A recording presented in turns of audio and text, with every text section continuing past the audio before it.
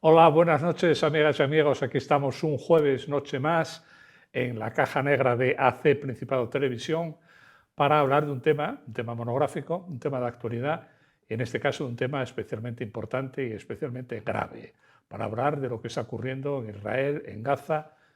Yo no sé, hasta el último momento dudas cómo titularlo y de momento no lo titulamos. Seguramente a mitad del programa nos animaremos a titularlo, porque Israel contra Hamas, a mí no me parece que es tomar demasiado partido, ¿no?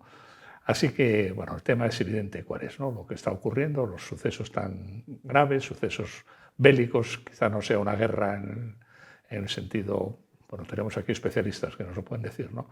En el sentido técnico de la palabra, pero son sucesos bélicos de gran escala, ¿no? Y para hablar de este tema tan importante y tan terrible, pues 4 invitados, como siempre, que saben de lo que hablan. No es fácil encontrar a 4 personas que sepan hablar de un tema, y en este caso de un tema tan, insisto, tan importante que nos la jugamos todos en esta historia, yo creo, aunque estemos a miles de kilómetros. Bueno, pues los 4 invitados paso a presentarlos de allá para acá. Iván Mayada, que es profesor de historia. Buenas noches. Buenas noches, Iván, bienvenido, gracias. Gracias. En segundo lugar, Javier González Vega, que es catedrático de Derecho Internacional Público de la Universidad de Oviedo. Buenas noches. Bienvenido, Javier. Buenas noches. En tercer lugar, Sara Álvarez, que es de la comunidad judía asturiana y miembro de la Asociación Asturiana de Amigos de Israel. Buenas noches, Sara, bienvenida. Gracias. Y en último lugar, los últimos serán los primeros, Francisco Benavente, que es capitán de navío, retirado, y, como dice él, filósofo seguidor de Gustavo Bueno. Buenas noches, Paco, bienvenido. Buenas noches, soy fiel siervo del gran maestro. El gran maestro, muy bien, me gusta. El gran maestro parece ajedrez, pero es filosofía.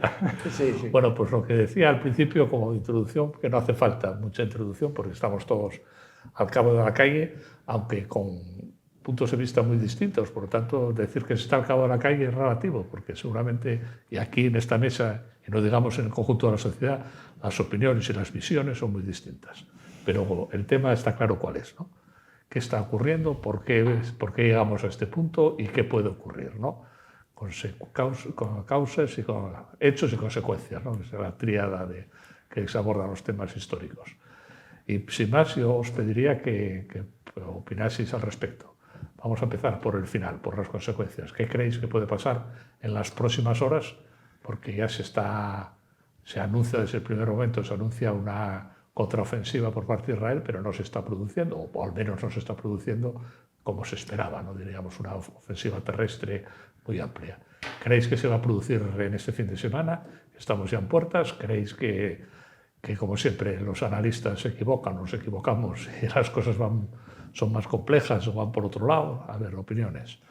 Bueno, como soy militar, exactamente. Yo primero que nada querría elevar una plegaria por los que cayeron y los que de ambos bandos. Sin duda. O sea, me emociona hablar de ello porque como militar sé lo que es la guerra y cuando pierdes vidas, aunque sean de tus enemigos, los respetas. Yo lo que he visto en este combate es que no se respetan las vidas o los cadáveres de ciertas personas y eso me tiene bastante indignado. Es cierto. A ver, más opiniones.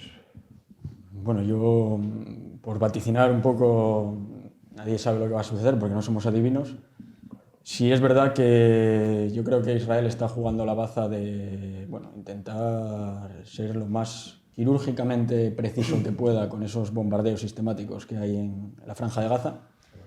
Ahora bien, en tanto en cuanto no se libere a los 203 creo que son ya rehenes confirmados que tiene Hamas en sus manos, creo que va a estar en el aire la amenaza y la intervención directa con tropas de tierra, con los riesgos que eso supone asumir de Israel en la franja, para tratar de rescatar o de alguna manera de forzar la salida de esos rehenes hacia territorio israelí. Hay que tener en cuenta, y esto Sara lo sabe muy bien, que para los judíos, para Israel, nadie queda atrás. Y hace menos de un año veíamos cómo se intercambiaba a un solo soldado israelí por 1000 prisioneros terroristas de Hamas. Y estábamos hablando de un soldado, es decir, estábamos hablando de alguien que lo llevaba en su profesión a asumir el riesgo en la defensa de Israel. Ahora son 203 civiles prisioneros de Hamas que yo creo que están pesando mucho para la toma de esas decisiones de si entrar, no entrar en Gaza o lo que acabe haciendo finalmente Israel, porque también pulula por ahí la amenaza de, bueno, de la extensión un poco del conflicto a nivel regional. Entonces, creo que es una situación compleja, delicada, y sí es verdad que de lo que pase en las próximas horas, días, dependerá la extensión, ¿no?, del conflicto y su resolución rápida o su, bueno, su enquistamiento aún más. Bueno, sí, estoy completamente de acuerdo con lo que acabas de decir y añado también algo más. No solamente es el problema de los rehenes que están dentro. Israel ya tiene experiencia en entrar en Gaza y ya sabe lo que es. Es también puede ser una ratonera. Entonces no se trata solamente de intentar salvar los que están dentro, sino minimizar también las bajas de los que van a entrar. Con lo cual ahí hay un equilibrio muy complicado conseguirlo. Que se va a entrar, yo creo, pero vamos, me puedo equivocar, como todo el mundo, creo que sí, que se va a entrar. Y no es la primera vez que hay que tomar una decisión, incluso habiendo rehenes, y entrar y atacar, y ha habido muertes de rehenes. No recuerdo ahora exactamente cuándo fue, un avión que hubo que liberarlo, me parece que estaba Netanyahu, el actual, no el hermano fue también uno que entró, y sí que hubo muertos en la liberación del avión, pero sé que hubo que tomar la decisión de liberamos por lo menos una parte o mueren todos. Entonces, la cosa es muy complicada, por los que están dentro, por los que van a entrar, por toda la gente que está alrededor, que a nadie le gusta ver morir a gente. No tenemos ningún interés, yo personalmente no tengo ningún interés en que muera nadie, que ningún palestino, ningún niño, nadie. Entonces está una situación muy compleja y que hay que mirar muchos elementos. Javier, cierra. Se han dicho muchas cosas y muy atinadas al respecto, y creo que efectivamente la cuestión de la intervención es imposible predecirla, viene marcada por unos tiempos y aspectos que seguramente desconocemos, ¿no? En relación con el tema que yo creo que es fundamental de la suerte de los rehenes, se ha obviamente hablado de negociaciones que posiblemente estén desarrollándose con miras a conseguir ese objetivo, pero claro, unas negociaciones, si como sabemos por la práctica, negociaciones más inmediatas a nosotros son también absolutamente secretas en relación con trances políticos para la historia de nuestro país, pues cuán más secretas no van a ser cuando además aquí implican a Israel y, en este caso, a su némesis, ¿no?, a Hamás. Por lo tanto, es evidente, en tanto en cuanto esas negociaciones prosigan, seguramente se detendrá la acción militar. Una vez que la misma se revele pues, fallida o por el contrario, depara unos resultados ciertamente decepcionantes para Israel, entonces en ese momento sin duda se adoptará la medida para emprender la ofensiva militar. Los rehenes agravan, diríamos, la situación, ¿no? Es un punto especialmente sensible. Pero vamos a imaginar que esta tarde liberan a los rehenes. La situación es la misma. Israel se juega todo. Ha sido atacado 1000 y pico, o sea, más muertos que ETA a lo largo de 30 años, en una tarde. Se juega todo Israel, o responde con... Insisto, yo estoy con Sara, ojalá no muera ni una sola persona, pero o responde con mucha contundencia, o Israel pasa a ser un país no respetado. No, pero bueno, si me permites, yo no estoy diciendo que por el hecho de que se liberen los rehenes, obviamente la acción militar no va a tener lugar. No. Lo que estoy diciendo es que la acción militar se posterga en tanto en cuanto hay una incertidumbre acerca de la suerte de esas personas y, lógicamente, Israel entiendo que está, como ha demostrado en contadas ocasiones. La incertidumbre seguramente es que si hay intervención, entonces están muertos los rehenes. Seguramente la incertidumbre es esa. Sí. O sea, se están dando un plazo para ver si consiguen, como decías, o están muertos o están en grave riesgo de que los maten. Eso, grave riesgo. Y es en cambio, yo creo que el plazo actual es porque se está negociando. Obviamente siempre se negocia, siempre se niega que se negocia, pero siempre se negocia en esta vida, siempre se negocia. Paco. La dificultad es que cuando analizamos este tipo de guerras, el enfoque se nos va a la parte subjetiva y emocional de la cuestión. Claro. Y sin embargo, los analistas militares tiramos por encima y vamos a qué tipo de teatro de operaciones estamos relacionando, ¿no? Si aplicamos la teoría de Cefisky, que hablaba del tablero de ajedrez mundial, donde los grandes poderes, él como buen imperialista se quedó corto. Otros pensadores como Bullo y compañía dicen que hay 3 tableros. Yo creo que como dicen los materialistas de la Escuela Oviedo, sí que hay 3 tableros. Está el dialéctica de clases, dialéctica de estados, dialéctica de imperios. La dialéctica de clases aquí es difícil de pensar, salvo que analicemos la dialéctica de clases que está inherente al conflicto palestino en sus fuerzas internas. Porque cuando dices dialéctica de clases en el mundo moderno, en la sociedad occidental, se nos va la cabeza al empresariado, al obrero, no sé qué, socialismo. No. Allí hay sunitas, chiitas, miracitas, hay una serie de tendencias y tensiones que por sí solas se explotarían en sí mismas y ese tablero saltaría por los aires, pero, por desgracia para la humanidad, está el tablero de la dialéctica de imperios, que es el que rige aquí, según mi opinión. Es decir, Hamás y sus compinches están pillados en una guerra que no pueden gestionar ellos. De hecho, ellos lo único que hacen es morir y matar, pero no hay ningún proceso, ni programa, ni ortograma político que puedan poner encima de la mesa para que pudiéramos negociar con ellos desde el punto de vista occidental. No hay nada. O sea, tú dices, lo que dice nuestro gobierno, dice, no, la teoría, la solución, los dos estados, no sé qué tal, pero ¿qué estados? Si están en una sociedad preestatal, de acuerdo con el materialismo filosófico. Si esos son filarquías, no hay, ¿dónde está la capa basal? ¿Dónde está la capa cortical de ese posible o hipotético Estado palestino? ¿Dónde está la capa conjuntiva, que es la primera que debería haber? ¿Dónde está el poder legislativo, el poder ejecutivo, el poder judicial? No hay tal cosa. Entonces son víctimas y están coartados por fuerzas que ellos no controlan, que es una dialéctica imperial, que está muy lejos de sus intereses y, por supuesto, mueren inocentes por culpa de que alguien a nivel internacional no quiere decir claramente lo que estamos diciendo algunos militares. Hace poco un compañero mío en televisión española se fue sometido a un acoso terrible porque dijo la verdad en derecho internacional, porque le hicieron una pregunta, es un almirante, le hicieron una pregunta y dice, es que están haciendo crímenes de guerra porque bombardean población civil. Y dice, perdone señor, según la convención, cuando atacas a la población civil por sí mismo, eso sí que es un crimen de guerra, pero si el contrario utiliza a la población civil como escudo para proteger objetivos militares, el ataque está perfectamente legitimado por el derecho internacional. Se pusieron como locos. Lo bombardearon a él, ¿no? No, ¿cómo? Yo creí que le iban a quemar allí mismo. Suele ocurrir, obviamente, su que propia sí. televisión. Imagínate lo la televisión es complicado más que peligroso es. que O sea, Gaza. Imagínate lo complicado que es. Imagínate lo complicado que es. Sí, Y entonces dices, esto es un conflicto intratable de acuerdo con las escuelas de conflictología moderna. ¿Cómo veis la intervención posicional de Estados Unidos? Yo lo veo como, hasta ahora, lo único positivo. Al margen de lo que se piense de Estados Unidos, ¿eh? Se pueden pensar bien, se puede pensar mal, o muy bien o muy mal.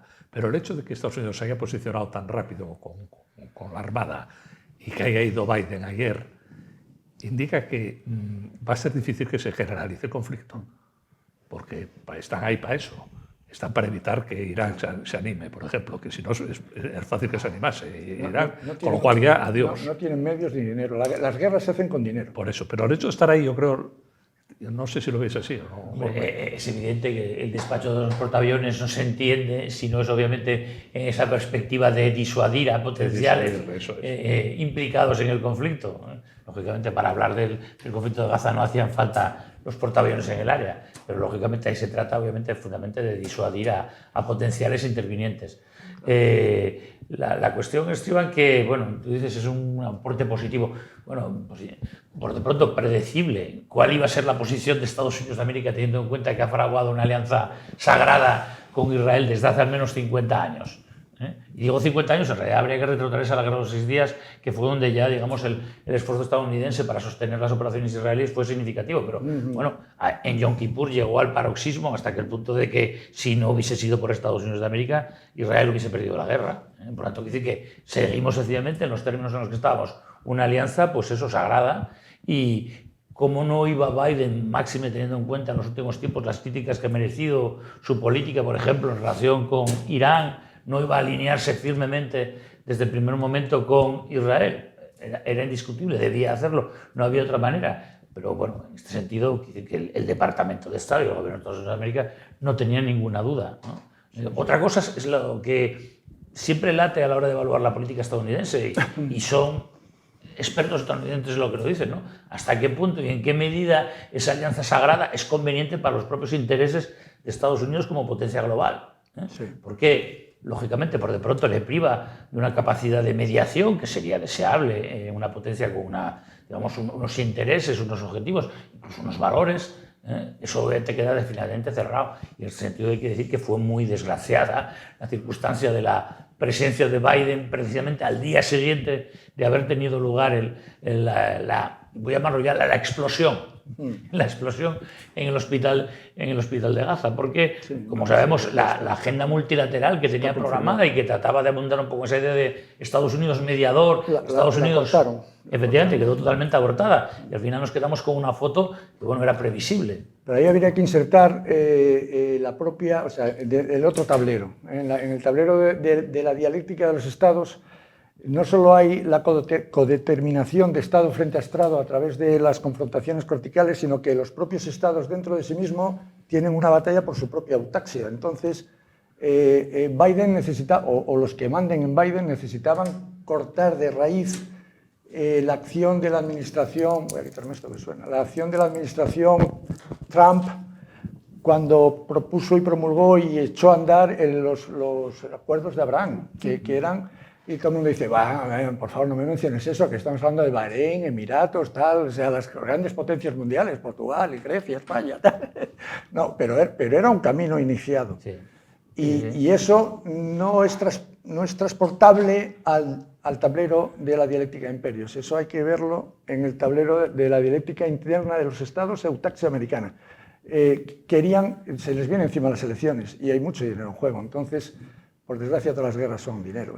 Entonces, de esta manera, Biden solo necesitaba enseñar su cara de ancianito que se mantiene a duras penas, porque de esa manera mañana podrá decir en su país que Trump, la que lió con aquel acuerdo que hizo, que yo creo que los israelitas estaban encantados. Encantados de la vida. Porque era demostrarle al mundo que ellos son pacíficos, mientras que los descerebrados que nos gobiernan pretenden hacernos creer que los israelitas son, como no sé, el demonio con cuernos, mata niños y mata personas.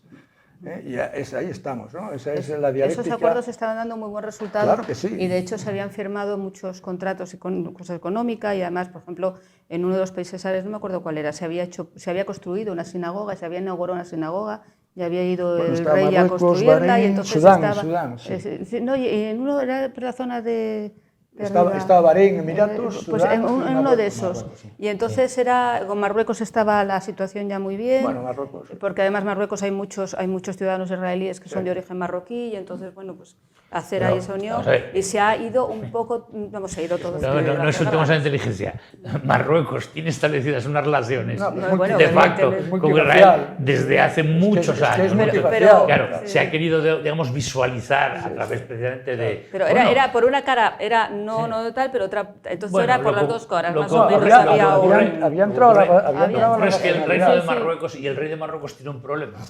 Es que él es el rey, un rey absoluto, pero el pueblo es otra cosa. El Mahfen, No solo Marruecos, por eso, sí, pero bueno, en el caso de Apuntaba Marruecos, muy bien Francisco históricamente, por ahí son 5 que muchos de estos países árabes están viendo Sin desbordados duda. por las dinámicas internas de su población, porque Marruecos son 5 estos atentados del fin de semana pasado llegan justo a semanas de que Arabia Saudí, nada más y nada menos que Arabia Saudí, normalizara relaciones con Israel. Es lo que decía. ¿Quién se beneficia de la dinamitación de esos acuerdos? Irán. Irán. Y el imperio Efectivamente, a través de Irán, que quiere convertirse en el aladid del mundo islámico y llevar por bandera el extremismo musulmán. Y para quien ese acuerdo de Israel con Arabia Saudí venía francamente mal. Ahora ha obligado, a través de su brazo armado Hamas, porque al final estamos hablando, Hamas, Hezbollah, estamos hablando de Irán, que son financiados por Irán, de que son entrenados por Irán en Siria, pagados con el dinero catarí, que por cierto, el líder de Hamas vive en Qatar y luego todo Occidente le ríe las gracias a Qatar cuando hace menos de un año celebrábamos un mundial en Qatar y qué bonito el mundial y qué bueno el mundial, pero son los mismos que financian un terrorismo que no solo es un terrorismo que tiene lugar en Israel, sino que es un terrorismo que ya empieza a enseñar las patitas en Europa con todos estos movimientos de lobos islámicos y todo este llamamiento a El viernes de la ira, el miércoles de la ira, etcétera, etcétera. Entonces, yo creo que, sin desde luego tener especial simpatía por Qatar, un país que conozco y desde luego del cual obviamente no conservo desde luego un buen juicio. No viviría. Mucho calor. Como salen en Españoles por el Mundo y demás programas, los españoles que están allí, los expatriados, están felices, viviendo en la burbuja de cristal, que les ofrece el Emirato, los grandes sueldos, las grandes comodidades. La población, sin embargo, yo fue prácticamente en plan experimento sociológico. Cuando estuve en Doha, me alojé en Doha la Vieja. En Doha la Vieja, y lo que vi fue inmigrantes paseando por las calles sin nada que hacer. Pude comprobar cómo, por ejemplo, por ir con mi mujer a un restaurante simplemente para comer algo, se nos alojaba en un lugar diferente del común de los mortales, se me dirigían a mí y no hablaban con mi mujer para ofrecerle siquiera una Coca-Cola. Todo eso lo vi y lo comprobé y me di cuenta, hice el test de lo que es precisamente ese maravilloso Qatar y el resultado fue totalmente negativo. Pero decir que, bueno, en aras de la justicia hay que decir que la contribución y las aportaciones de Qatar no se dirigen directamente a Hamas movimiento terrorista, sino que hay que no desconocer la vertiente que tienen todas estas organizaciones musulmanas islamistas, como digamos cofradías también humanitarias, que se realizan una labor, precisamente, que es la que permite al mismo tiempo mantener la fidelidad de la población, en el sentido de realizar acciones filantrópicas. Entonces, es por esa vía por la cual Qatar justifica precisamente las contribuciones que realiza Hamas. De hecho, uno de los hechos de que la población en Gaza vote a Hamas es que Hamas es la que gestiona unos fondos qataríes que permiten construir el primer hospital en Gaza. Por eso digo que lo que no está tan claro, hombre, siempre puede haber distracciones de fondos, etcétera, pero desde luego no está tan claro, y desde luego en el ánimo de Qatar no está, y nunca lo reconocerá, es que sus contribuciones van dirigidas a fortalecer el esfuerzo militar de Hamas, en absoluto. Esa es la posición que quería hacer. Sí, pero eso es dialéctica de estados, eso sí. Cuando yo a mis compañeros poco a poco los voy metiendo en el mundo de bueno, en el modelo canónico hay la filosofía materialista, la teoría sintáctica del poder político, tiene a nosotros los militares, especialmente los marinos que navegamos, nos gusta mucho la cartografía y tener claro las cartas de navegación, los rumbos y los prontuarios, que es como nosotros llamamos, a qué rumbos elegimos para ir por lugar seguro, ¿no? Él tiene el cuadrante de los 12 poderes del modelo canónico de sociedad política, que no son 3 poderes, sino 12 poderes. Yo ya les he ido poco a poco insuflando la idea de que cada vez que veamos un conflicto, lo primero que hemos de hacer es sacar el modelo canónico dentro de nuestros conocimientos y la información que hay, que está muy trufada por la propaganda y tal, pero intentar ver qué se están enfrentando en esa dialéctica de estados que existe, que es la que rige el mundo internacional, porque el mundo internacional, como nosotros decimos, no es único, ni es estable y es codeterminado y por lo tanto es diamérico, ¿no? Y Qatar es si sacaras su tal, dices, perdón, esto es una filarquía, esto no tiene encaje en una nación canónica moderna de ninguna manera, y se siente amenazado por el mundo en torno, como cualquier otro, pero encima tremendamente amenazado, y lo único que tiene es dinero y se mueve de esa manera, probablemente incluso usándose a sí mismo como agente de otras fuerzas superiores, y siempre con lo que hemos dicho antes, de esa terrible dialéctica de clases que hay dentro del mundo musulmán, porque hay corrientes que no son miscibles entre ellos, ¿no? Y claro, cuando dices tú, bien, da dinero a Hamas, también compra equipos de fútbol en Europa y tal cual, eso es dialéctica de imperios. Eso, llegar de ahí a decir que es necesariamente violento, yo creo que es una exageración. No, por eso al contrario. Es decir, claro. Ese típico Estado no puede ser de otra manera, que obviamente no tiene un hard power, entonces despliega lo que se llama el soft power, ¿no? El poder blando, a través precisamente de estrategias de esta característica, ¿no? Sí. Diplomacia deportiva, etc. Sí, dice, armo líos fuera y así no miran para mí. O sea, que es el típico niño del colegio que no es fuerte y entonces dice que se peleen los grandes que yo me escapo. Sí, claro. Sí, y lo que decías antes de cómo acaba... a mí me llamó mucho la atención de la operación del 7 de octubre. Hubo unas imágenes que desaparecieron muy pronto de la escena de las televisiones, que fue la uniformidad y armamento que se vio en los primeros momentos de la crisis, Especialmente yo detecté 3 modelos de fusil que en este momento solo los tienen 2 naciones del mundo, Estados Unidos y a través de Ucrania. Y esas imágenes no las he vuelto a ver. Rápidamente sustituyeron por los famosos AK-47, en fin, lo de siempre y tal. Por lo tanto, creo que nos falta información para llegar a un análisis profundo de quién es exactamente el que ha hecho esto. Una frase de Kissinger que decía que Estados Unidos es muy peligroso para sus enemigos, pero es letal para sus amigos, ¿no? Bueno, Claro. es que lo de que falta información, yo creo que eso precisamente desvelaría el famoso Pero fallo a la hora de asignar, supuestamente abismal de la inteligencia, a la ¿no? hora de asignar muertos y números de muertos, es importante ese dato porque nos diría quién es el agente causante y entonces automáticamente podríamos llevarlo ante los tribunales. Está claro que en una guerra ambas partes mienten porque van a minimizar las bajas propias y maximizar las del enemigo, pero sí es verdad que Vamos a hacer aquí no... Vamos a hacer un alto, perdonad. Vamos a hacer un alto que me avisan. Vamos a hacer un alto para la pausa de hidratación y nos vemos en un momento. Hasta ahora.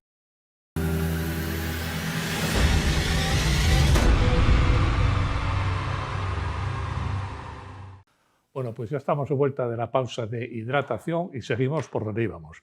Como no íbamos exactamente por ningún sitio concreto, es un debate muy abierto, pues el que quiera tomar la palabra os corté. Como dijo en el corte, lo de las causas, los resultados hasta el momento presente. O sea, se puede ver en las publicaciones del Instituto de Estudio Estratégico del CSDEN, hay ya un artículo que lo prevé, muy cortito. Y resumiendo a efectos regionales, lo primero que hemos visto es que, digamos que Occidente como ortograma de pensamiento culturizante del mundo se ha debilitado ahí, se ha debilitado de alguna manera. Después, Rusia se ha visto favorecida por un alivio de su tensión interna en la guerra de Ucrania, que no la llaman guerra. Y el tercer poder en liza que hay en ese momento, que es China, se ha quedado fastidiada porque tenía sus propios planes en un entorno paralelo a los acuerdos de Abraham. China, que está utilizando una técnica civilizadora que me recuerda mucho al Imperio Español en América, que es a través de vías de comunicación, hospitales y centros de formación profesional, infraestructuras, con lo cual está civilizando, es un imperio generador. Ha hecho lo que hacen los chinos siempre, se ponen en estado de namasté a verlas venir, lo que está pasando.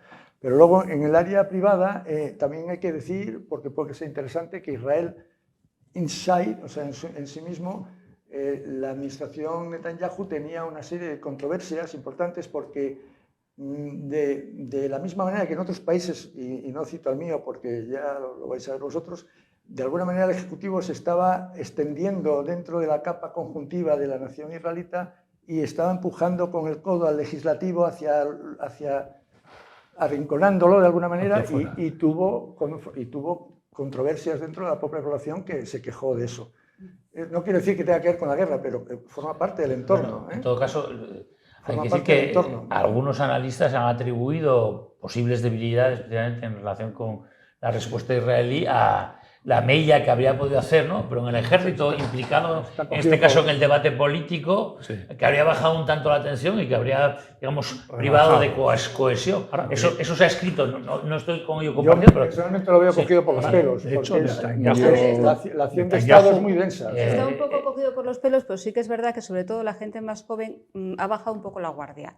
O sea, viven con los que estoy hablando, gente de 20, 20 y pocos y tal, viven un poquitín viendo el pasado como un pasado glorioso, pero como, bueno, eso ya pasó, ya no tiene, y se han encontrado con que no pasó, que está ahí. Y que los ataques vuelven y que vuelven y pueden volver pues, de una forma tan brutal como ha sido ahora. Y estaban más centrados, como es lógico también, porque no puedes estar viviendo toda la vida pensando que estás en guerra. Entonces, bueno, pues sí, hay ataques, porque cada 2 por 3 lanzan misiles desde la Franja de Gaza, pero siempre es algo que queda minimizado por la cúpula de acero, es algo, bueno, como que se interioriza, ¿no? Bueno, sí, de vez en cuando, es que hay que hacerlo porque si no... Los muertos los suelen poner los palestinos. Bueno, a ver, pero aquí tampoco se saben, ¿eh? No, bueno, aquí los nuestros tampoco se saben. Vamos con una cosa, vamos a dejar franca, porque cuando el otro día, además, en esta misma televisión, hablábamos del tema y se me preguntaba acerca de esto, ¿por qué ha ocurrido? O sea, de inmediato, hombre, hay en todo caso un balance anual de víctimas que implica muy pocas víctimas israelíes, y voy a decir concretamente judíos israelíes, para matizar, y sin embargo, desde luego, siempre tiene un debe, en este caso significativo, al menos 100, 2 centenares de muertos por año del lado palestino. No me voy a poner a discutir, porque esto no, No, se que trata bueno, de quién tiene más. No, No pero se trata de ver quién tiene más la lista más larga. No se trata de quién tiene la lista más larga. Hombre, Yo quién tiene más, estaba hablando de una sociedad que está acostumbrada a que hay ataques, sí, y entonces bueno, lo interiorizas de tal manera que a veces no te das cuenta de lo que significa eso realmente. Que puede ser la antesala de uno muy gordo. Y sobre todo la gente más joven quizá no lo ahora tiene sí, a lo mejor. Ahora ya sí. Lo cierto es que en el Jerusalén Post, por ejemplo, hubo una encuesta la semana pasada terrorífica para Netanyahu. Era como el 80% de la gente quería que dimitiese. Es decir, bueno, primer aspecto positivo. Israel es una democracia de verdad cuando la gente dice lo que piensa, le importa un pito, ¿no? A ver si en Hamas haces una encuesta y sale que el 80% bien. Pero el aspecto político puro es que Netanyahu, pase lo que pase, Netanyahu está Hombre, esto lo ha tenido que dejar muy cancelado, tocado. está cancelado, ¿no? A ver, yo es que a Netanyahu ya lo he visto enterrado tantas veces, Ya, saliendo de la cierto, tumba, sí, que no me creo nada. Yo llevo desde que más o menos es de mi edad, más o menos. Yo me acuerdo que ya tenemos más o menos los hijos de la misma edad. Yo me acuerdo que ya lo habían metido en un juzgado porque decían que le compraba los pañales a la hija o al hijo con dinero público. Y año tras año lo llevan a los juzgados, lo juzgan y no sale nada. Entonces yo ya lo he visto tantas veces pero esto es político, liquidado. Puro, o sea, yo comprendo que ahora mismo es muy gordo lo que ha pasado, claro. Y él tiene la responsabilidad porque es el presidente del país, lógicamente. La responsabilidad, para bien o para mal, siempre es tuya, la última. Puedes luego tener, pero la responsabilidad última era del presidente. Sí, pero afortunadamente Israel es un Estado moderno y hay que saber diferenciar la política interna, las cuestiones domésticas de la política internacional. Es como Estados Unidos mantiene, puede ser que Trump se enfade mucho con Biden, pero la política internacional americana es rectilínea, la de Israel también. También. Entonces, la crítica mayor que le hicieron, que fue ese intento que hubo de avanzar hacia el West Bank con astucia, porque era una modificación de tipo administrativo, una serie de regulaciones. Cisjordania traduciendo. Salió en el Foreign Policy. Cisjordania traduciendo. En junio, más o menos. No, cambió Cisjordania. Sí, Cisjordania. No, que es el West Bank, coño. West Bank. Sí, el West Bank, yo lo entendía, pero bueno. Sí. Lo que hizo fue realmente hacer un truco administrativo, como tantas veces se hacen los estados. Entonces, de alguna manera trasladó la gestión de, digamos, la norma internacional que les daba el control un poquito del orden interno en Cisjordania, de la parte de autoridad militar a civil. Y alguien lo ha tomado como que eso era una absorción claro, y eso está automáticamente utilizado por la propaganda internacional del lado de dialéctica de imperios, o lo contrario. Entonces, está todo tan trufado que al final, yo sinceramente, cuando me llamaste, que estoy dándole vueltas, tengo ahí varias páginas escritas por mí mismo para seguirme mis propias ideas, al final dije, tío, hay que ir a lo militar. Dice, vámonos a los hechos concretos. Balas disparadas, caídos, bajas, quién las hizo, quién paga y tal, porque lo otro yo creo que es indescifrable en este momento. Bueno, yo creo que es muy interesante la aportación de Sara, de no perder la perspectiva histórica de lo que es el pueblo judío y lo que representa Israel para el pueblo judío. Porque, bueno, todos sabemos las circunstancias en las que se crea Israel y el pueblo judío tiene una determinación, que es sobrevivir, además sobrevivir en un ambiente hostil, donde el resto de sus vecinos no es que quieran eliminar el Estado de Israel, es que quieren exterminar a su población. Todos los judíos que viven en Israel, no sé si es el caso de Sara, de nuestra compañera, pero todos tienen algún familiar que ha muerto en la Shoah, en el Holocausto, en la Segunda Guerra Mundial. Entonces, ese pueblo judío, la determinación que tiene después de lo que pasó hace 70 y pico años, que tampoco fue hace 2 siglos, es no volver a dejarse llevar al matadero, sino resistir, hacer suyo un territorio y tener la determinación firme de, pese a quien le pese y pese a los numerosos, poderosos o coaligados que estén sus vecinos, es sobrevivir. Es que esa es su determinación, porque tienen ese pasado muy presente. Quizás las generaciones jóvenes sí que lo hubieran olvidado, porque claro, el Yom Kippur queda muy lejos, la Intifada tampoco fue una guerra abierta como la es ahora, pero las generaciones de una edad media o mayor sí que tienen muy presente ese pasado de, bueno, pues de diáspora, de dispersión, de sufrimiento, de humillación, de exterminio. Entonces yo creo que esa perspectiva histórica yo creo que es muy interesante para entender al menos una de las dos posiciones de este conflicto. Esa perspectiva histórica, si me permites, y parece ser que eres profesor de historia, también obviamente sirve para explicar la otra vertiente del conflicto, porque lógicamente después de esta oda ciertamente a la epopeya judía, que nadie negará, y a su capacidad de resistencia, eso sí que es resiliencia van la lettre, porque entonces no existía la palabra. En todo caso hay que reconocer que lógicamente ha habido unos ciertos destrozos derivados precisamente del pleno reconocimiento del derecho de Israel a la existencia, que han supuesto obviamente, pues lógicamente, la creación de una situación que es, conviene advertirlo, es que es la explicación por antonomasia de la crisis que vivimos. Lo que pasa que una situación de una población, y estamos hablando de millones de personas que obviamente viven en unas condiciones indignas. El caso, obviamente, de Gaza yo creo que es una situación extrema. 2.300.000 habitantes, y ahí tienes el dato, Javier, en la extensión de los concejos de Oviedo y Gijón, es obviamente una situación que no es, desde luego, para ser vivida.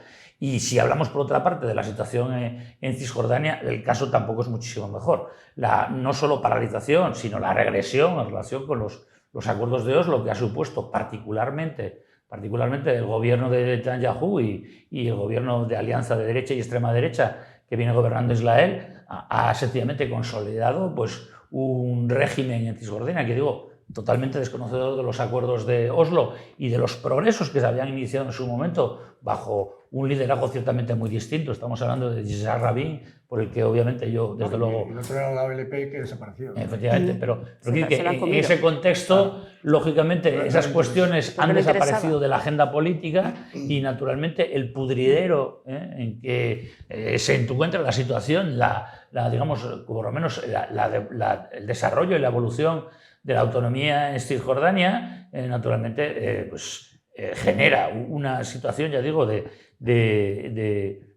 permanente llamada a la rebeldía, que explica precisamente y en el futuro otros muchos sobresaltos.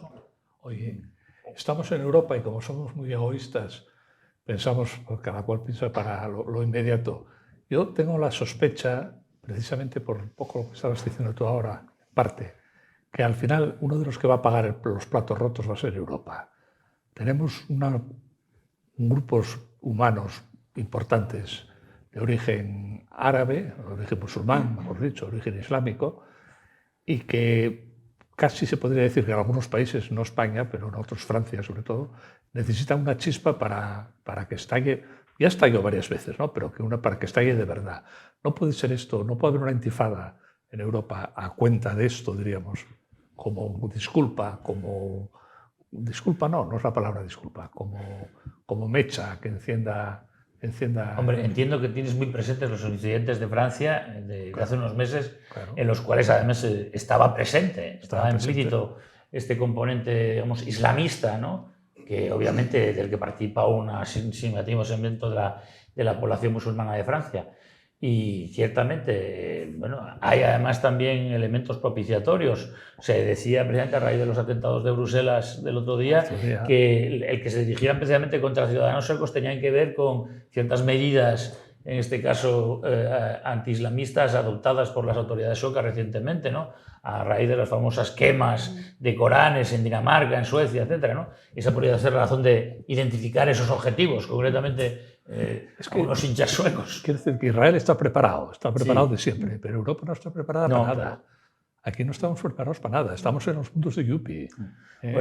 Sobre todo porque hay determinados colectivos, como todos estos musulmanes de segunda y tercera generación, que no se identifican con el país en el que viven, porque muchas veces les niega el acceso a determinadas instancias, instituciones, pero es que tampoco se reconocen con un país que es el de sus padres o sus abuelos que no conocen o en el que no han vivido. Entonces, su único balón de oxígeno, el único leitmotiv que encuentran es la religión. y tienen muy bien identificado el enemigo. El enemigo es todo aquel que no sea musulmán, incluso en el país del que ellos son connacionales, aunque tengan doble nacionalidad. Entonces, da la sensación de que tienen muy bien identificado al enemigo, determinados grupos, tampoco podemos generalizar. Los extremistas son una minoría dentro de un movimiento de millones de personas, pero da la sensación de que efectivamente Occidente no tiene ni capacidad, ni medios, ni a veces ganas, Ni ganas. para identificar a ese Mira, enemigo y Y a veces vergüenza. Porque decir ciertas cosas, a veces que da la sensación como que estás siendo racista, como que cuando no lo estás diciendo, a ver, es un problema.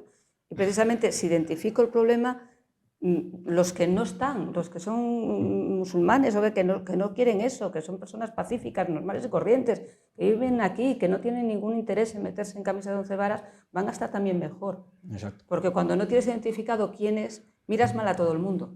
Claro. Cuando sabes, no, mira, no, son estos, y con estas características, bueno, pues sabes, focalizas lo que hay. Hombre, el problema sobre todo es lo de la identificación. Ahora, hoy salió la noticia de que supuestamente hay unas 400 personas identificadas como lobos solitarios por parte de la policía española y en relación con los cuales se van a adoptar medidas. Bien, a mí me parece un tanto temerario poder decidir que son 400, máxime cuando se ha señalado ya en otras ocasiones que los procesos de radicalización los pueden experimentar personas en un periodo muy breve de tiempo. Muy rápido. Entonces, Muy rápido, claro, sí, es decir, sí. un censo de 400 personas habría que decir actualizado en qué momento, a qué fecha, ¿no? Porque pueden ser 400 y a lo mejor a raíz precisamente de estos acontecimientos en los últimos 12 días se ha cuadruplicado Sí, porque se el número de... retroalimentan, Efectivamente, ¿no? Y este presidente es un elemento propiciatorio para que ello. en Francia, que es una cosa que no se habla de ella, pues no se habla de nada, al año arden, no sé si son 40, 50, 60 iglesias todos los años en Francia. En España no ocurre, pero en Francia es el deporte. El goteo de atentados, aunque no se salden siempre Eso, con víctimas goteo. mortales, es constante. En países Constante. como Bélgica, como Alemania Alemania, asombrosamente, Francia. Constante. Curiosamente, los únicos países de Europa que se salvan de esta quema, nunca mejor dicho, son los países del este de Europa, que son los países que no tienen una inmigración islámica o porque la rechazan de pleno o porque su situación económica les hace menos atractivos a ser depositarios de esta población inmigrante. Pero lo cierto es que Coinciden ambas cuestiones, pero también... el grupo de Visegrad este que se dice Sí, Polonia, sí, República Checa, Eslovaquia, Hungría y demás países del entorno, bueno, pues son países donde hay hoy en día muchísima más seguridad que en ciudades como París o como Berlín o como cualquier gran ciudad europea. No nos olvidemos que esos países, hasta hace muy poco tiempo, porque realmente en tiempo histórico 200 años no es nada, 200 y pico, estuvieron en lucha constante contra Turquía. Y son países que saben perfectamente lo que hay y no están dispuestos a... Hasta casi el siglo XIX estaban... No, hasta el siglo XIX bien entrado, hasta el XX. Hay zonas de Rumanía en las que estaban vacías, no vivía nadie allí. Cuando ya se estabilizó un poco más, hacia mitad del siglo XIX, le tenían que dar a la gente tierras para que se pusiera allí, porque era cuando venían los turcos, iban y arrasaban, y cuando volvían, arrasaban otra vez en el sentido contrario. Bueno, Ucrania precisamente significa tierra de frontera, porque era el lugar entre Polonia, Rusia y el Imperio Otomano donde no querían venir nadie. Ucrania estaba todo el rato que si de Rusia, hay un viejo refrán judío que dice, si hablan rusos son rusos, somos rusos. Si hablan polacos, somos polacos. Y si son cosacos, corre que es un pogrom. Entonces, porque es que entonces cuando llegaban los turcos daban para ir, daban para volver. Y claro, esa zona de Europa sabe muy bien con quién se están jugando los cuartos. Hay un caso, y es antiguo, pero también revelador porque va en la misma línea, la Krajina serbia, que a lo mejor ya no os acordáis de ella, pero en las guerras de Yugoslavia, la Krajina serbia, que es de la misma raíz que Ucrania es frontera, y era precisamente Serbia porque los croatas habían convenido en que los serbios, que eran más aguerridos, más feroces, se encargarán de la defensa de la frontera frente a los otomanos. Pero los ¿no? ucranianos, los cosacos Pero eran decir que ucranianos, claro, ahí daban... Pero decir que dura. esto fue la prueba Muy dura, de las muy dura. huellas en el caso de la sociedad oriental europea, precisamente del cierto antiislamismo atávico, Claro. ¿no? que Bueno, y debe de su España- propia historia. Y España, porque en España no está pasando esto que decimos en Francia, ni mucho menos. Nuestro ortograma, Va a pasar. Bueno, yo creo que tenemos que darle nuestro tiempo. ortograma porque- es infinitamente superior a... eso el problema es de que las tierras protestantes tienen teleología política, no practican A ver, esto es cultura iniciática, es decir, nuestro ortograma que lo tiene una señorina de aldea, te vas por ahí a los Oscos, te pones al lado de una señorina de aldea que no fue nunca a la escuela, hablas con ella y ves el ortograma español en estado puro. ¿Y cuál es ese ortograma? ¿Entiendes? La ley viene de Dios, Dios nombra la autoridad tiene que ser respetuosa con los hijos de Dios somos todos iguales, tienes que ser misericordioso con los demás, a este se le ayuda, aquí pasa lo que pasa, lo normal es que la gente salte como un gato a ayudar, no tienes que pensar en que te van a premiar o castigar por ello. Eso no, en los países protestantes eso no se da, vete a ver las películas del oeste. La cuestión es cuando se deteriora la autoridad, cuando no hay un principio de autoridad claro. Sí, pero eso es en la capa basal. Y como dice muy bien Bueno, para tú alterar la capa basal necesitas siglos. Porque fíjate tú, ¿por qué fracasó Occidente en Afganistán? Porque pretendieron democratizar Afganistán al estilo occidental. Europeo, sí, en muy poco tiempo hace una transición. Sí, Fukuyama, el fin de la historia, no sé qué tal. Entramos allí, los PRTs, que eran Provincial Reconstruction Teams, que gastaron un pastón, equipos de reconstrucción provincial, jueces, maestros, policías, ejército, no sé qué.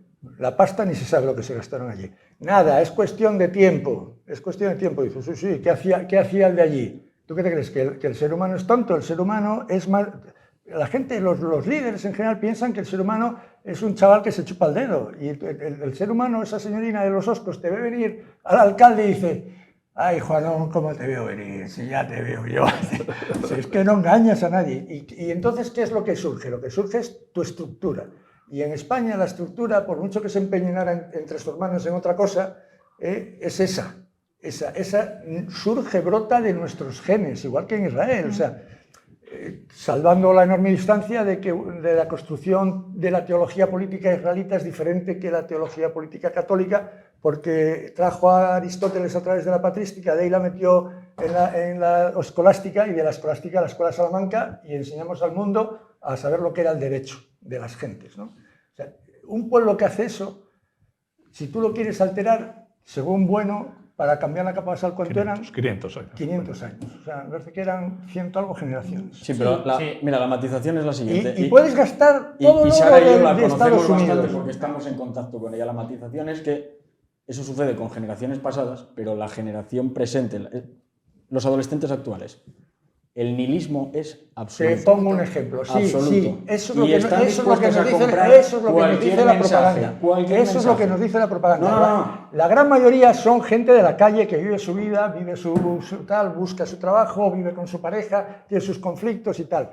Pero acaba de salir un filósofo que me encanta, se llama Gomá, que no sé si tiene 24 o 25 años, que es capaz de escribir cosas que yo, que soy una persona mayor, que ya tengo 69 tacos, me quedo asombrado de que un cerebro humano sea capaz de escribir semejantes cosas. Claro, pero hay que descender. Construcciones hay que descender profundas. A un nivel, No. Sí. ¿Quién educó a Gomá? ¿Quién? Nosotros, nuestra capa basal. Y ese será 1 entre 1 millón. Porque es igual, desde luego en el instituto, no. nosotros lo que vemos, yo por lo menos lo que veo. Bueno, sí, tú ves la generalidad. Es 1 entre 2000. Claro, sí, como dice él dice que el mundo viene de una época gloriosa que acabó con las dos guerras mundiales, en la que había una minoría selecta y ha sido sustituida, por desgracia, por una mayoría vulgar. Y dice a continuación el tío, con 2 pelotas, dice: pero esa vulgaridad es hija de 2 principios preciosos que debemos defender: libertad e igualdad. Lo que tenemos que hacer es convencer a la gente de que esa mayoría vulgar se ha de transformar en mayoría selecta, igual que hubo minoría selecta. Y ocurrirá. Y ocurrirá, porque Bueno no se equivoca. La dialéctica de estados, se cumple inexorablemente. Soy muy pesimista en ese sentido, porque yo creo que a esa gente le das libertad y lo convierte en libertinaje, que no es lo mismo. Yo en ese sentido soy muy pesimista porque lo veo diario. La libertad es muy porque la realidad es que tú estás en el mundo de la educación. Esa gente te compra cualquier mensaje digamos político. Que te mueves en una edad hay críos, de edad, entre los 8 críos, y los 25 años, digamos. Entre los 12 y los 18, mucho más concreto. Hay críos que van a una manifestación pro-Palestina y llevan banderas gays. Pobrecillos, ¿qué van a hacer? Lo que le mandan. Claro, pero es que esa gente dentro de nada, pero verás, esa gente a mí solo vota, me choca, pero ¿no? esa gente pero verás, decide. yo me muevo entre los 25 y los 45 años por mi deporte particular, que en Asturias se practica muchísimo, y ahí hay de toda viña del señor, ¿eh? Desde FPs, que apenas tienen dinero para comprar la caja de munición que vale 4 pesetas, pero que la tienen que comprar para competir, y a veces pues hay que ayudar. Desde eso hasta gente ricacha, ¿eh? ¿Sabes? ¿Y qué ocurre? Que yo empiezo a hurgarles y les digo, oye, no, ¿qué tal y cual? Y oye, ese inane que dices tú, que tal y cual, en cuanto le ve los cuernos a la vida, surge de dentro de algo, una fuerza especial, ¿eh? Y lo ves haciendo una casa con sus manos para dar, haciendo con su pareja, su hijo, cuidando no sé qué. Y es todos, o es que, ¿qué pasa? ¿Que solo vienen al tiro los buenos? Al tiro olímpico. No, es que es así. O sea, no caigamos en el pesimismo. Necesitamos líderes que digan de verdad, dice, señores, miren para la calle. Que sí que hay gente con el pantalón roto y lleno de tatuajes, pero también lo sé de los otros. No, digo, tras este chute de optimismo que nos transmite Benavente, en todo caso yo quería trasladar alguna... Perdonad si me paso. Algún matiz, sin embargo, a esa visión, ¿no? Y es que, y aquí, por ejemplo, comparto, por ejemplo, las apreciaciones que hace un profesor de la Universidad de Oviedo, Hans-Peter van den Broek, que es sociólogo y que está muy versado en temas migratorios, ¿no? Y que precisamente en un coloquio en su momento en el Club de Empresa Asturiana Nueva España llamaba la atención acerca del hecho de que, claro, hablar de la población... Holandeses, sí, efectivamente. A la hora de hablar de la población musulmana en Europa convenía también tener presente el origen de esa población musulmana, ¿no? Y él mencionaba el caso y contraponía el caso de Francia versus Alemania, ¿no? Donde decía, en el caso de Alemania tenemos población musulmana, que esa población musulmana es mayoritariamente turca. Es una población musulmana que se integra bien, hasta el punto de que está más o menos bien incorporada, y eso que eran Gastarbeiter, ¿no? Trabajadores invitados, pero ahora está bien incorporada, incluso formando parte de cuadros políticos en los partidos políticos alemanes, y sin embargo lo confrontaba con el caso francés, ¿no? Entonces, claro, yo decía, ¿qué ocurre? En el caso francés estamos hablando de una migración magrebí, y él lo que se planteaba era la duda acerca de si, concretamente, los musulmanes procedentes del Magreb son exactamente iguales que los turcos. Parece evidente que no es así. Es ortograma imperial frente a ortograma estatal. Ahí está, pero bueno, en ese caso, por tanto, el resultado que deparaba era obviamente muy diferente, ¿eh? Incluso a pasadas 3, 4 generaciones, la integración en Francia no habría tenido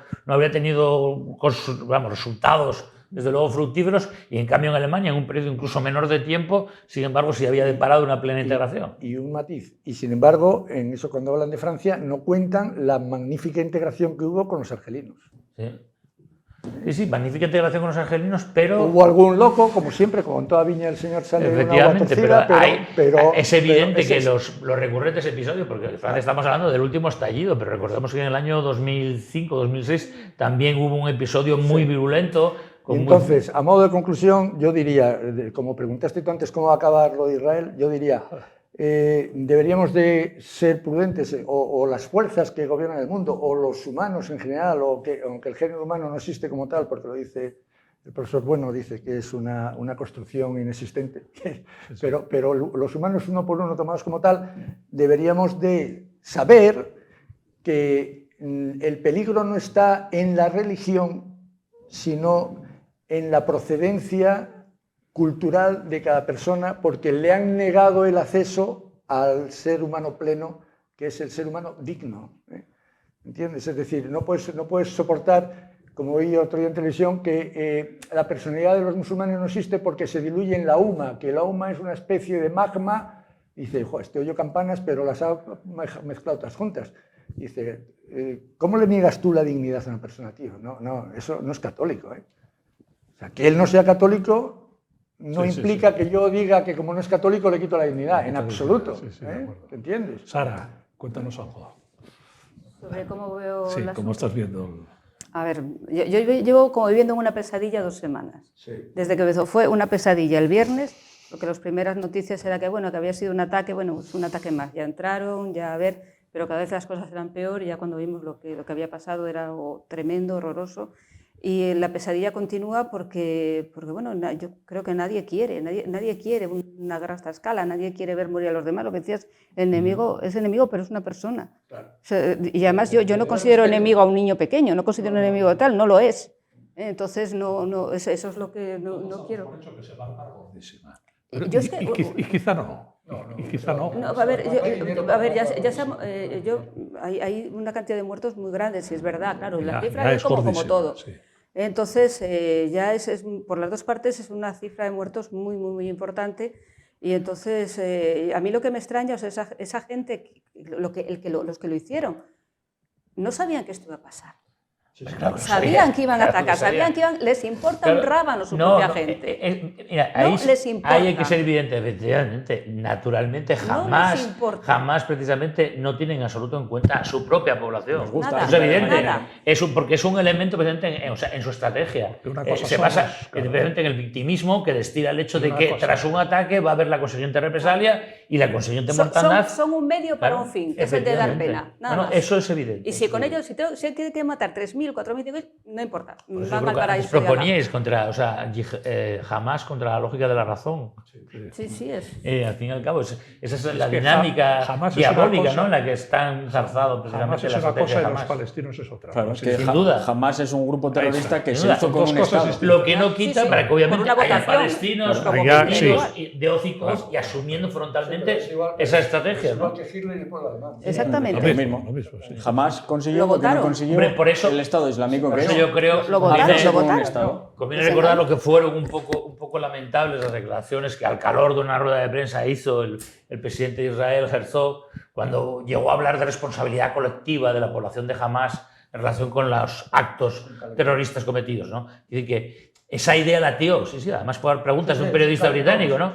Y entonces realmente fue una respuesta desafortunada, porque precisamente, desde luego, yo estoy convencido que, Herzog proviene del entorno laborista, con lo cual quiero pensar que ciertas ideas que siempre han estado, digamos, en el ideario laborista, pues tienen que ver con la solidaridad humana, incluso trascendiendo, ¿no? a las barreras religiosas y culturales. Me estudié la Shoah en Israel, en la universidad, en el Yad Vashem, con la Universidad de Jerusalén y tal, y siempre decimos lo mismo. Sí, uno es el que perpetra, pero estos otros son los que están alrededor y no hacen nada, y otros son los que lo votan para que lo hagan. Entonces, no podemos decir todo el pueblo palestino es el culpable, pero hay una cierta responsabilidad en tus actos. Escalonada. Efectivamente, escalonada, lógicamente. Deja claramente sus escritos, que es vuestra, Hannah Arendt. Sí. Y dice eso exactamente. No, hay que tener en cuenta que Israel, pese a quien pese, es una democracia plena. Es un país culturalmente occidentalizado. Muchos de los rehenes que fueron secuestrados en un concierto, por cierto, por la paz, a 3 kilómetros de la valla de Gaza, muchos son mujeres que estaban libremente bailando, disfrutando y pasándolo bien, haciendo algo que a 3 kilómetros no podrían hacer ni por ensalmo. Es que Tel Aviv es la capital del movimiento gay de Oriente Próximo, porque en el resto del entorno de los países del entorno es que es la ejecución directamente, incluida en Gaza. Entonces, a mí me gustaría que en ese sentido Occidente tuviera un poco centrado el tiro y supiera, con quién comparte afinidades con quién no comparte afinidades. Yo no creo que Occidente tenga desde luego, no creo que en este momento... En España lo tenemos en el gobierno, sin ir más lejos. Entonces a mí me gustaría que tuviéramos una voz unánime en favor de quien culturalmente y desde un punto de vista democrático y de las libertades y de los valores que defendemos en Europa es más semejante a nosotros, muchísimo más, que el que está al otro lado de la valla, que cruza la valla para matar bebés en un kibutz, que es la barbarie. Ya, porque dice que España... Es así de descarnado. Yo es que lo siento, pero es que es así de descarnado. Pero si me permites, primero, lo que sí es cierto es que la visión de España en relación con el conflicto no es desde luego idéntica a la que tiene Alemania o la que puede tener Francia. Eso también, ojalá. Que cuando obviamente se dice es que no nos hemos alineado, es que no hemos estado... Es que en España en este punto, en relación con el conflicto de Oriente Medio, siempre ha tenido una posición más matizada y esto sí es una política de Estado, porque obviamente ha caracterizado tanto a gobiernos de derechas como a gobiernos de izquierdas, ¿no? Y de Franco. Y bueno, sí, podríamos hablar de la amistad hispano-árabe, ¿no? O sea, nos remontamos obviamente a un marco y a un cuadro que ciertamente es diferente del que impera particularmente en Europa occidental. Entonces, desde esa perspectiva se puede entender pues, un poco las limitaciones, a veces silencios que condicionan la respuesta española. Claro, pero esos silencios tienen un límite. El Parlamento en su conjunto aprobó precisamente el reconocimiento del Estado de Palestina, y lo que se acordó, sin embargo, en aquel momento estaba el gobierno de Mariano Rajoy, era, con mayoría absoluta del Partido Popular, fue que, sin embargo, no se activara ese reconocimiento, por lo tanto, que quedara hibernado a la espera de momentos más propicios para acordar ese reconocimiento. Pero quiero decir que, por ejemplo, esa decisión se adoptó en el Parlamento español y no se adoptó en otros parlamentos de Europa Occidental. Prueba, por tanto, de que España, incluso bajo Rajoy, por lo tanto, mantenía una posición más matizada que otros socios europeos, ¿no? Entonces, bueno, eso explica por qué también los matices que han acompañado, y yo, hombre, dejaría de lado estas, digamos, exposiciones folclóricas que proceden de elementos del gobierno que además no son representativos ni significativos, porque la política exterior la fija obviamente el gobierno, y dentro del gobierno obviamente por boca del presidente del gobierno y del ministro de Asuntos Exteriores, que son las autoridades competentes. Eso es en la dialéctica de Estado, sí, pero en la dialéctica de imperios, al ser España una nación vasalla, no la fija el gobierno, es el portavoz de lo que le llega por escrito a través del fax o el correo electrónico, lo que sea. Sí. No tenemos una línea coherente. Vamos a ver. Y se nota porque en los bandazos que pegan tiene que ver con la dialéctica de estados que tenemos en el otro lado, que es el FAS, que... según el FAS funciona o no funciona. No llega. No, hombre, Está estropeado el FAS. ¿Cuál es su opinión? Dice, espere que todavía no me ha llegado. Picadillo, por favor. Claro. Dice, Bueno, como sí. te iba diciendo, hombre, por Dios, yo me siento avergonzado de este tío. O sea, de este tío... Es que yo creo que esta política... Porque mira, pero eso es una cuestión diferente. Estamos hablando, no, porque estamos hablando de guerra. Si estuviéramos hablando de comprar manzanas y naranjas, pues me callaría y le diría, bueno, pues que no entiendo de negocios, de naranjas y tal, pero de guerra, estamos hablando de guerra. Y la guerra, como sabemos en el materialismo, la guerra es el fin, la paz es el fin de la guerra, no al revés, ¿no? Entonces se dice, la paz es el fin de la guerra. Dice, sí, con dos acepciones. Es el fin porque se acaba y es el objetivo de la guerra, ¿eh? Si tú admites eso que está dicho por tus pensadores, a los cuales nos desprecian, y cada vez que les hablas a ellos te miran como diciendo, ¿dónde habrá salido este tarao? Así más o menos de claro, y dice, verás, es que los objetivos de la guerra, nosotros somos un pueblo aristotélico, vamos a levantarnos a Aristóteles y empezamos con los fines operis de la guerra, y entonces vamos a ver que hay tres tipos de guerra, guerra defensiva, guerra culturizante y guerra en la dialéctica de imperios. Entonces, ¿a cuál te vas a poner tú? Señor ministro de Asuntos Exteriores, ¿de qué guerra estamos hablando aquí? No, filosofía poética, mundana, metafísica. Yo es que soy de no sé qué color y entonces tengo que decirte y tal. Y te entran ganas de llamarle animal. Máxime, estás al frente de una nación moderna. Pero Máxime, teniendo en cuenta una cosa. Y es que perdona que me salte, pero es que... Exáltate todo lo que quieras. Esta opinión matizada... Y dices tú, pero ¿cómo me puedes mandar a la guerra? A ver si te voy a tener que decir que lo que dijo Churchill estaba completamente equivocado. Claro, pero cuando es que dijo, Máxime, cuando dijo que la guerra era demasiado importante para dejarla en manos de los militares. Vamos a volver a Clausewitz otra vez. Teniendo en cuenta que esta opinión matizada, que como dice el compañero, que tiene siempre España en el conflicto árabe-israelí, hombre, a mí me gustaría que esta opinión matizada que tiene España, o con ciertas reticencias, o con el reconocimiento de los dos bandos, me gustaría que fuera, por lo menos, tajante y que fuera capaz de condenar sin ambajes el terrorismo que se produjo hace 15 días. Es que fue terrorismo. Señores, esto no es una guerra, esto es una Pero es que terrorista. también hay que tener en cuenta que en el gobierno tenemos gente que no condenó el terrorismo de aquí como para condenar el terrorismo de Hamás. La posición del gobierno español se expresó claramente en el sentido de condenar los atentados terroristas. Pero mira, falleció una española y Pedro Sánchez dijo que lamentaba el fallecimiento de Maya Villalobos, pero es que no fue un fallecimiento sobrevenido, no lamentó el fallecimiento, lamentó el asesinato. Porque es un atentado, es terrorismo. Entonces, el léxico es muy importante aquí. ¿Cómo? Es el relato. Es el relato. El caso precisamente de Maya Villalobos es un caso respecto del cual convendría a lo mejor establecer algunas matizaciones teniendo en cuenta lo que conocemos de los hechos, ¿no? Y uno de los hechos que conocemos... No, bueno, uno de los hechos que conocemos es que estaba prestando servicio militar en Israel. Ello no es óbice para que seas asesinado. Vamos a ver, perdona un momento. Quiero decir que el hecho de que obviamente estés prestando servicio militar en Israel incorpora un elemento que obviamente obliga a diferenciarlo de la población civil. Pero es crimen de guerra. Sí, bueno. Matar a un tío que tú has cogido que es un prisionero de guerra y matarlo. Bueno, las circunstancias, por eso digo que convendría en este caso analizar las circunstancias en las que tiene lugar la muerte de, y que puede constituir un crimen de guerra, pero Pero yo digo, el matiz importante, si por ejemplo estuviera en una acción de armas en desempeño precisamente de su función como militar, ya no estaríamos hablando de un crimen de guerra. No, Por eso digo nos que, va- ojo, que el contexto importa. Atender. Se nos va el tiempo, ya nos pasamos de tiempo. Así que si se nos va el tiempo es que estuvimos muy animados y muy vehementes, ¿no? Así que nada, gracias a los cuatro, gracias a los que nos estuvieron viendo y volveremos el próximo jueves. Esperemos que con un tema menos desgarrador como que este. Buenas Va a ser noches. difícil.